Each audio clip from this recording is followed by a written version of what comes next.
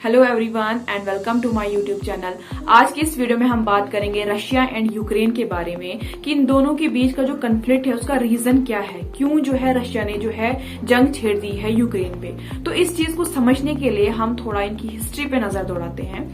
तो हम 1921 पहुंचते हैं। 1921 में क्या होता है, यूएसएसआर बनती है।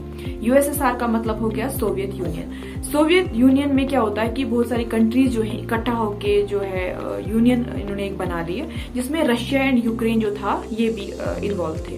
तो 1921 से लेकर 1991 तक ये जो यूनियन चली, इकट्ठे इन्होंने काम किया। लेकिन 1991 में क्या होता है, जो कंट्रीज इसमें होती हैं वो सेपरेट हो जाती हैं।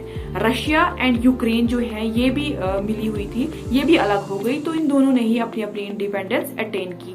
लेकिन रशिया के लिए जो यूक्रेन का जो सेपरेशन था वो काफी पेनफुल था। अब हम थोड़ी ज्योग्राफी देख लेते हैं कि यूक्रेन एंड रशिया जो है ये कहाँ पे पड़ते हैं। तो रशिया जो है वो यूक्रेन के नॉर्थ ईस्ट में पड़ता है। एंड जो यूक्रेन के जो साउथ वेस्ट साइड जो कंट्रीज हैं उनमें पोलैंड आता है, हंगरी आता है, रोमानिया आता है। तो अगर हम नॉर्थ की तरफ देखें तो बेलारूस जो कंट्री है वो आती है। एंड साउथ में इसके ब्लैक सी है।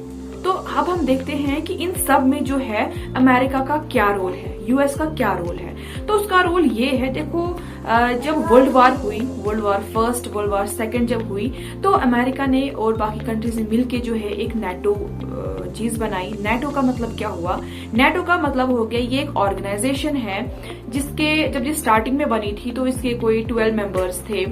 तो अब जो है लगभग 30 मेंबर्स है। नेटो का ये पर्पस है कि जितने भी इसके अंदर मेंबर्स है, अगर एक मेंबर पे जो अटैक होता है, कोई दूसरी कंट्री अटैक करती है, तो ये माना जाएगा कि ये पूरी नेटो मतलब 30 की 30 कंट्रीज पे अटैक हो गया है।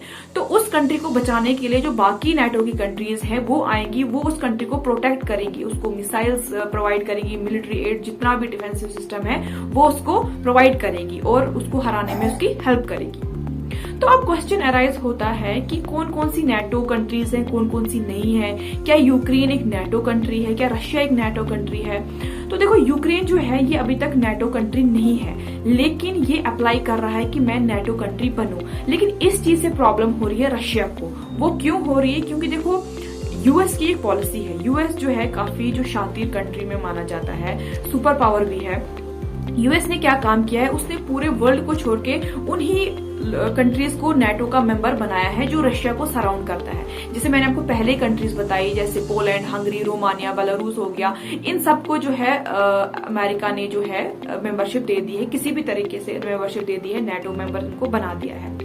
लेकिन यूक्रेन अभी तक नहीं बना है, क्योंकि उसके लिए कुछ क्राइटेरिया होता है। नेटो को ज्वाइन करने के लिए कुछ क्राइटेरिया होता है कि आपके जो कन्फ्लिक्ट्स होते हैं बॉर्डर पे वो नहीं होने चाहिए, कोई भी कन्फ्लिक्ट नहीं होना चाहिए, जो कि यूक्रेन का है। तो इसलिए यूक्रेन को अभी तक मेंबरशिप नहीं मिली है। लेकिन यूएस भी सोच रहा है कि हम इसको मेंबरशिप दे देंगे, एंड यूक्रेन भी अप्रोच कर रहा है कि मैं ये मेंबरशिप ले लूं। तो हर कोई कंट्री चाहेगा, जो भी कोई कमजोर कंट्री है वो चाहेगा कि मैं नेटो का मेंबर बनूं, क्योंकि कल को अगर उस पर अटैक हो सकता है, जैसे कि रशिया ने अटैक कर दिया, तो उस टाइम जो है बाकी जो कंट्रीज हैं वो उसकी हेल्प करने आएंगी। तो इसीलिए जो है यूक्रेन की हेल्प करने अभी तक कोई नहीं आया, क्योंकि अगर कोई हेल्प करने आएगा तो ये इस रूल को वायलेट करता है। क्वेश्चन अराइज होता है कि रशिया को इस चीज से क्यों प्रॉब्लम है। रशिया को इसलिए प्रॉब्लम है क्योंकि अगर देखो यूएस, मैंने आपको पहले बता दिया कि यूएस ने जो है नेटो मेंबर कंट्रीज जो है रशिया के साथ वाली बना दी है। अब अगर यूक्रेन भी बनता है तो देखो रशिया की जितने भी जो नेबरिंग कंट्रीज है वो सब नेटो है। तो इन फ्यूचर हो सकता है कि यूएस जो है ये जितनी भी नेटो कंट्री है ये रशिया पे अटैक कर दे। नो डाउट रशिया जो एक पावरफुल कंट्री है, एक सुपर पावर कंट्री है, लेकिन जब 30 के 30 नेटो जो कंट्रीज हैं वो अटैक करते तो उस टाइम रशिया के लिए प्रॉब्लम हो सकती है। तो यूक्रेन जो है बिल्कुल नजदीक है रशिया के, तो उस टाइम तो बहुत ज्यादा प्रॉब्लम हो सकती है, क्योंकि उस टाइम बहुत इजी हो जाएगा रशिया पे अटैक करना। तो इसलिए चाहता है रशिया कि यूक्रेन को मेंबरशिप ना मिले, और उसको इस चीज से बहुत चिढ़े कि यूक्रेन क्यों जा रहा है इस चीज को अप्रोच करने के लिए वो नेटो का मेंबर बने। तो आपको समझ में आया कि जो इमीडिएट रिएक्शन आया रशिया की तरफ से, क्यों इतना एग्रेशन दिखा रहा है। तो उसका जो एक सॉलिड जो रीजन है वो यही है कि यूक्रेन नेटो का मेंबर ना बने, और यूएस की इन्वॉल्वमेंट उसको बिल्कुल भी पसंद नहीं है। ठीक है, कि यूएस क्यों मेरे क्योंकि जो रशिया के साथ वाले कंट्रीज थे उनका बहुत ज्यादा फ्रेंडली जो था रिलेशन था रशिया के साथ, लेकिन यूएस की बार बार इंटरफ्रेंस की वजह से उनके रिलेशंस भी खराब हो गए। और अब जो ये नेटो वाली चीज आ रही है तो रशिया ये बिल्कुल भी बर्दाश्त नहीं करेगा कि उसके मामलों में, उनके जो नेबरिंग कंट्रीज के मामलों में जो है यूएस जो है इंटरफेयर करे। अब बात आती है कि यूक्रेन के लोग क्या चाहते थे इस वॉर से पहले या अब क्या चाहते थे। देखो, रशिया में यूक्रेन में जो है ना, दो सेक्ट के लोग हैं। एक सेक्ट के जो लोग हैं वो ये चाहते हैं कि जो वेस्टर्न यूरोपियन यूनियन जो है, यूएस वगैरह, उनके साथ हमारे रिलेशन अच्छे रहे।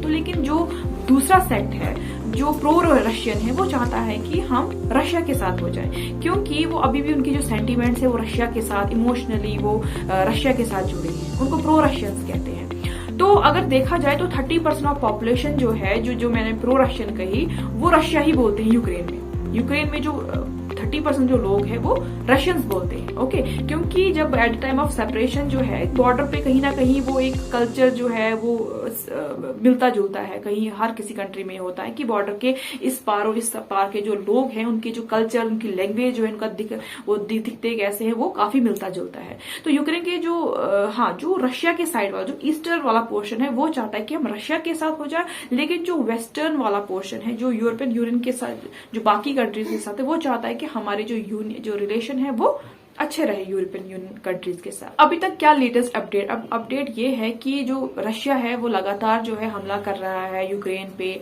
और कुछ कंडीशंस भी रखी थी रशिया ने यूक्रेन को मारने के लिए, बट यूक्रेन ने वो मना कर दी। एंड जो वॉर है अभी भी चल रही है। तो इन सब के बीच में जो है नुकसान जो होता है वो सिविलियंस उठाते हैं। बहुत जो फैमिलीज हो जाती हैं वो जड़ जाती है। इवन जो वहां बहुत सारे स्टूडेंट्स जो है जो एमबीबीएस पर जो कर रहे हैं फ्रॉम इंडिया, पाकिस्तान, बाकी कंट्रीज से, वो वहां पे है, तो उनको रेस्क्यू किया जा रहा है। इवन एक इंडिया से कर्नाटका एक लड़का था, उसकी डेथ हो गई वहां पे। ये था आज का video about Russia and Ukraine की क्या रीजन था कि रशिया एंड यूक्रेन के बीच में जो वॉर चल रही है उसका रीजन क्या था। So thank you.